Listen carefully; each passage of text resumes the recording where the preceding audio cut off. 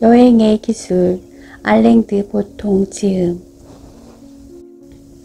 행복을 찾는 일이 우리의 삶을 지배한다면 여행은 그 일의 역동성, 그 열의에서부터 역설에 이르기까지 그 어떤 활동보다 풍부하게 드러내준다. 여행은 비록 모호한 방식이기는 하지만 일과 생존 투쟁의 제약을 받지 않는 삶이 어떤 것인지를 보여준다. 여행할 장소에 대한 조언은 어디에나 널려 있지만 우리가 가야 하는 이유와 가는 방법에 대한 이야기는 듣기 힘들다. 그러나 실제로 여행의 기술은 그렇게 간단하지도 않고 또 그렇게 사소하지도 않은 수많은 문제들과 자연스럽게 연결된다. 늘 제기되는 한 가지 문제는 여행에 대한 기대와 그 현실 사이의 관계이다. 나는 1884년에 출간된 J.K. 위스망스의 소설 거꾸로를 발견했다. 이 작품의 태폐적이고 염세적인 주인공인 귀족 데제생트 공작은 런던 여행을 기대하면서 그 과정에서 우리가 어떤 장소를 상상하는 것과 실제로 그곳에 도착했을 때 일어날 수 있는 일 사이의 차이에 대해서 매우 염세적인 분석을 내놓는다. 위스망스는 데제생트 공작이 파리 교회의 드넓은 별장에서 혼자 산다고 이야기한다. 그는 다른 사람들의 추하고 어리석은 모습과 마주치고 싶지 않아 좀처럼 나다니는 법이 없다. 젊은 시절의 어느 날 오후 그는 과감하게 몇 시간 동안 근처 시골 마을에 나가본 적이 있었는데 그로 인해서 사람들에 대한 혐오는 더욱 강해졌다. 이후로 그는 서재의 침대에서 홀로 지내며 고전 문헌들을 섭렵하고 인간을 신랄하게 비난하는 생각들을 머릿속에서 반죽했다. 그러나 어느 날 이른 아침 런던을 여행하고 싶은 강렬한 욕망이 치솟는 바람에 스스로도 놀라게 된다.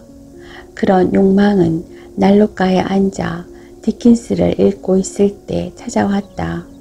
그 책을 읽자 영국인의 삶의 모습이 떠올랐으며 한참 그 생각을 하다 보니 직접 보고 싶은 마음이 강렬해지기 시작했다.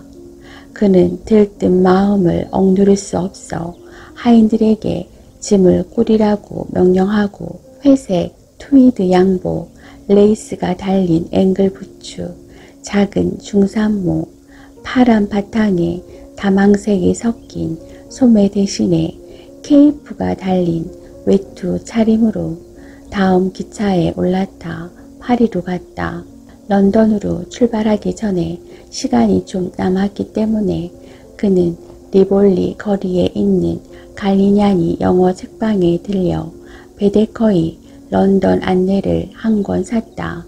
데제생트는 그 책에 간결하게 묘사된 런던의 볼거리를 읽으며 달콤한 백일몽에 빠져들었다. 이어 그는 영국인 단골들이 즐겨 찾는 근처의 포도주 주점으로 자리를 옮겼다. 주점의 분위기는 디킨스의 소설에 나온 그대로였다. 배가 고파진 데제생트는 암스테르담 거리의 가르생 라자르 근처에 있는 영국 선술집으로 갔다. 안은 어두침침하고 연기가 가득했다. 바이올린 같은 갈색의 햄과 붉은 납 색깔이 갯 가재가 널려있는 카운터를 따라 맥주 펌프 손잡이가 한 줄로 늘어서 있었다. 작은 나무 탁자에는 건강해 보이는 영국 여자들이 앉아 있었다. 그녀들의 얼굴은 소년 같은 느낌을 주었으며 치아는 팔레트 나이프처럼 컸고 뺨은 사과처럼 붉었으며 손과 발은 컸다. 그러나 기차 시간이 다가오면서 그와 더불어 런던에 대한 꿈이 현실로 바뀔 시간도 다가오면서 데제생트는 권태에 사로잡혔다. 실제로 여행을 하면 얼마나 피곤할까. 역까지 달려야 하고 짐꾼을 차지하려고 다투어야 하고 기차에 올라타야 하고 익숙하지 않은 침대에 누워야 하고 줄을 서야 하고 약한 몸에 추위를 느껴가며 베데커가 그렇게 간결하게 묘사한 볼거리들을 찾아 움직여야 하고 그렇게 그의 꿈들은 더럽혀졌다.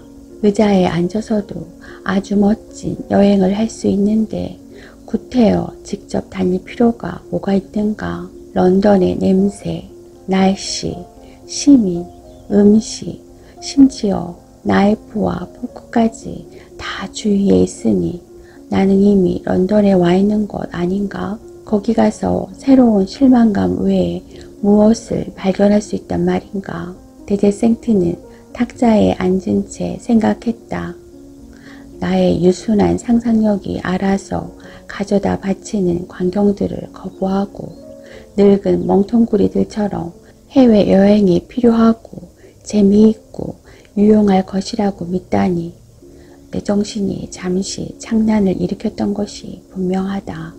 그래서 데제생트는 계산을 하고 선술집을 떠나 트렁크, 짐 보따리, 대형 여행가방, 바닥 깔개, 우산, 지팡이와 더불어 그의 별장으로 돌아가는 첫 기차에 올라탔다. 그리고 두 번 다시 집을 떠나지 않았다. 우리는 여행의 현실이 우리가 기대한 것이 아니라는 생각에 익숙하다. 물론 비관주의자들은 현실이 반드시 실망스럽다고 주장한다. 그러나 일단 현실은 기대와는 다르다고 이야기하는 것이 진실에 좀 더 가까울 수 있고 또 좀 더 보람도 있을지 모르겠다. 나는 2달간의 기대 끝에 구름 한 점 없는 2월의 늦은 오후에 나의 여행 친구인 M과 함께 바베이도스의 그랜틀리 애덤스 공항에 착륙했다. 나는 불과 몇 시간 만에 열기와 습기 속으로 들어온 것이다. 이것은 고국에서라면 5달은 더 기다려야만 느껴볼 수 있는 것이었지만 한여름이 되어도 그곳에서는 이 정도의 강렬함을 결코 맛볼 수 없었다. 내가 상상한 대로인 것은 아무것도 없었다. 그러나 이 말에 놀라기 전에 그동안 내가 무엇을 상상했는지 먼저 생각해 보아야만 한다.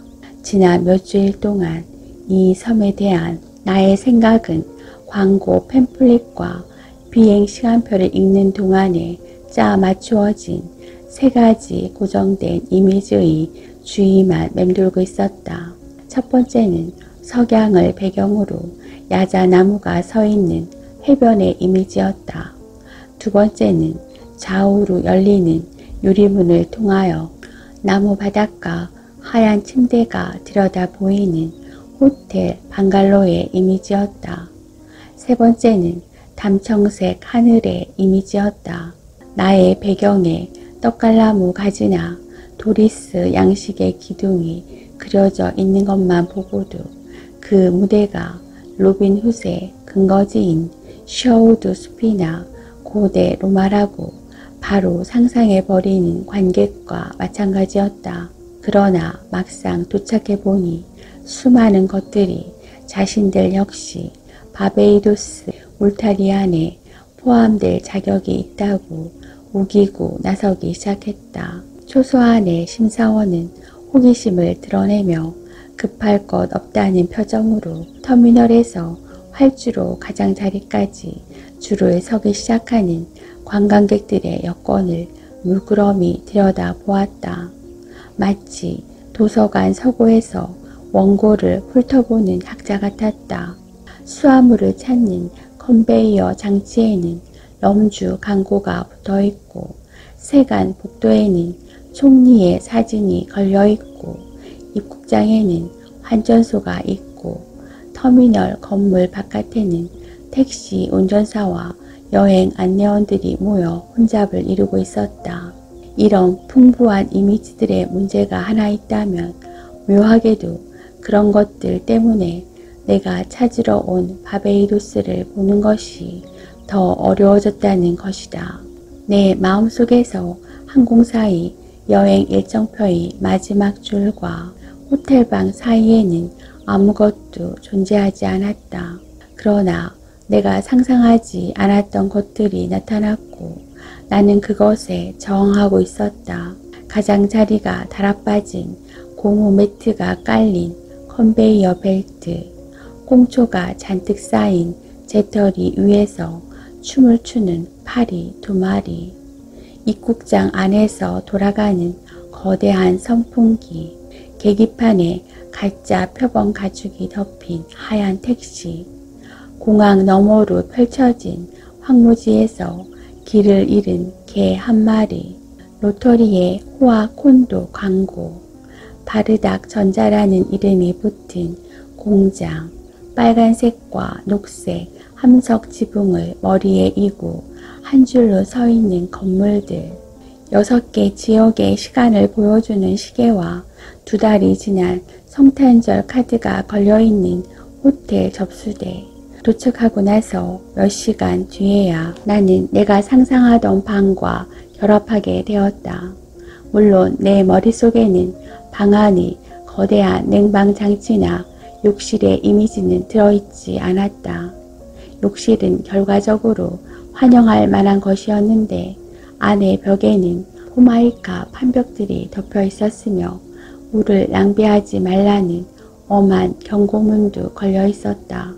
우리는 이 세상에 우리가 기대하는 것 외에도 많은 것들이 있다는 사실을 흔히 잊곤 하는데 이 점에 대해서는 아마 예술 작품에도 얼마간 책임을 물을 수 있을 것이다. 예술 작품에서도 상상의 경우와 마찬가지로 단순화와 선택이 이루어진다. 예술적인 이야기들은 현실이 우리에게 강제하는 것들을 뭉텅 생략해버린다. 예를 들면 기행문에서 화자는 오후 내내 여행을 하여 X라는 산 위의 작은 도시에 도착했고 그곳에 중세 수도원에서 하룻밤을 보낸 뒤에 눈을 떠보니 아침 안개가 끼어 있었다고 이야기한다. 그러나 우리는 결코 오후 내내 여행할 수 없다. 우리는 기차에 앉는다. 뱃속에서는 점심에 먹은 것이 잘 내려가지 않는다. 좌석 덮개는 회색이다. 창문 밖으로 들판을 내다본다. 열차 안에 뒷자리를 돌아본다. 의식 속에는 불안이 맴돌며 북을 쳐댄다. 비가 내리기 시작한다. 빗물 한 방울이 먼지에 덮인 유리창에 진흙탕 길을 만들며 흘러내린다. 기차 티켓이 어디로 갔는지 궁금해진다. 들판을 돌아본다. 계속 비가 내린다. 마침내 기차는 움직이기 시작한다. 기차는 철교를 통과하더니 알 수 없는 이유로 멈춘다. 파리 1마리가 창문에 앉는다. 이렇게 자세히 늘어놓아도 그는 오후 내내 여행했다라는 기만적인 문장 속에 숨어있는 수많은 사건들 가운데 맨 처음 1분에 해당하는 이야기도 다 하지 못한다. 이렇게 곧이곧대로 자세하게 전해주는 이야기를 듣다 보면 우리는 금세 미쳐버릴 것이다. 그러나 불행하게도 삶 자체는 이런 이야기 양식에 따라서 반복과 엉뚱한 강조와 논리가 서지 않는 플롯으로 우리를 지치게 만들곤 한다. 삶은 우리에게 차 안이 안전 손잡이, 길을 잃은 개, 성탄절 카드, 꽉 찬 재터리의 가장자리에 앉았다가 중앙으로 자리를 옮긴 파리만 보여주려고 한다. 그렇기 때문에 귀중한 요소들은 현실보다는 예술과 기대 속에서 더 쉽게 경험하게 된다. 기대감에 찬 상상력과 예술의 상상력은 생략과 압축을 감행한다. 이런 상상력은 따분한 시간들을 잘라내고 우리의 관심을 곧바로 핵심적인 순간으로 이끌고 간다. 카리브 해에서 맞이하는 첫날 밤 침대에 누워 눈을 말똥말똥 뜬 채로 여행을 돌이켜보니 벌써 현재의 혼란은 뒤로 물러나고 어떤 사건들이 두드러진 주의를 차지하기 시작했다. 기억은 단순화와 선택을 능란하게 구사한다는 점에서 기대와 흡사하기 때문이다. 현재를 긴 영화에 비유한다면 기억과 기대는 거기에서 핵심으로 꼽힐 만한 장면들을 선택한다. 내가 이 섬에 오기까지 9시간 30분이 걸렸는데 기억은 불과 67장의 정적인 이미지만 남겨놓았다. 공항에서 경험한 것들 중에서는 입국 심사대에 줄을 선 이미지에만 접근이 가능했다. 결국 내 겹겹의 경험들은 압축되고 잘 정리된 이야기로 자리를 잡았다. 나는 런던에서 비행기를 타고 날아와 호텔에 투숙한 사람이 된 것이다. 나는 일찍 잠이 들어 다음날 카리브 해의 어둑 새벽에 눈을 떴다.